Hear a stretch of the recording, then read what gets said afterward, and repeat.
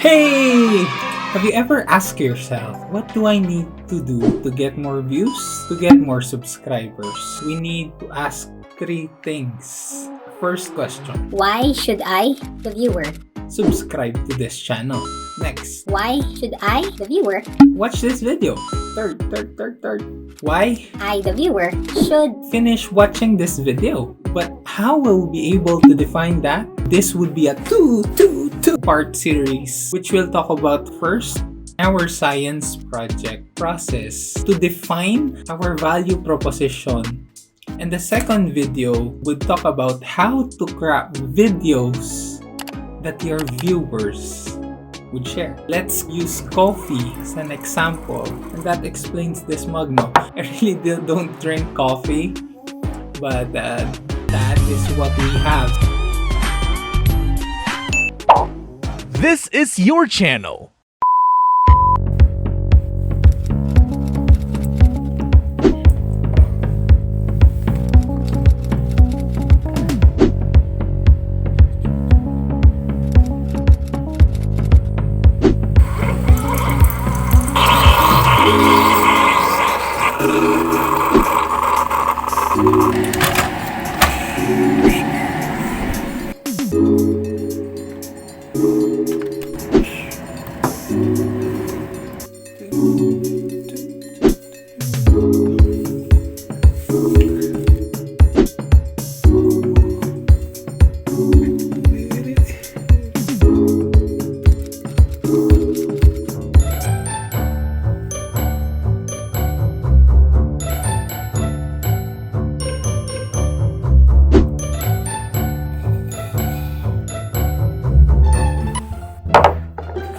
Now that I have coffee, I think I don't need the jacket anymore.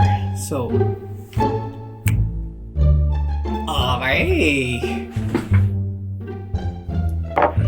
Now, first we have to name the experiment. We have to define what your video, what your channel is all about. So the name, the title would provide direction to your videos.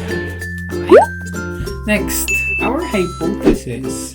It serves as our goal. You have to define. You have to define. You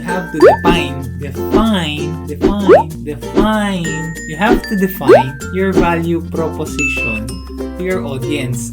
This would answer, after watching this video, what would my audience gain from it?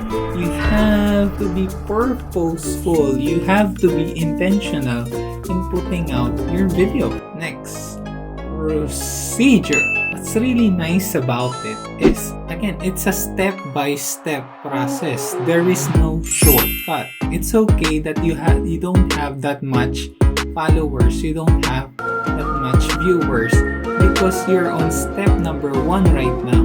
So those big YouTubers before also came from step number 1. And where do we get this procedure? You have to research more on this. That will give you the credibility, the competence, the confidence that you would need to better share, be a better communicator to your audience.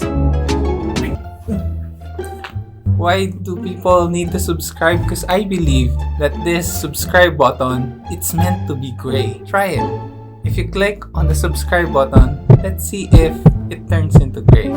Next on our list is about observation. While you're doing YouTube, through observing, that's how you learn. So practical tips on this is, you have your favorite YouTubers, right? You should observe what works for their channel. And then observe, when did you laugh? When did you say, oh, this is good, this is very nice? List down those observations. Apply that also to your own channel. And that is how you learn. That is how you grow. Shout out to the comment winner. Mag-comment ka sa video na to para ikaw yung winner sa next episode. Again, first thing is the name of the experiment. what this video is all about. Next, hypothesis, your goal for this video. Next, procedure, your step-by-step, your research, how you'll be able to accomplish that goal. Next is observation. While you're in this journey, you have to observe what works for you and what doesn't. Then lastly, conclusion. This is the part where you make sense of your observations and turn those observations to learnings that you can apply on your next experiments, on your next videos.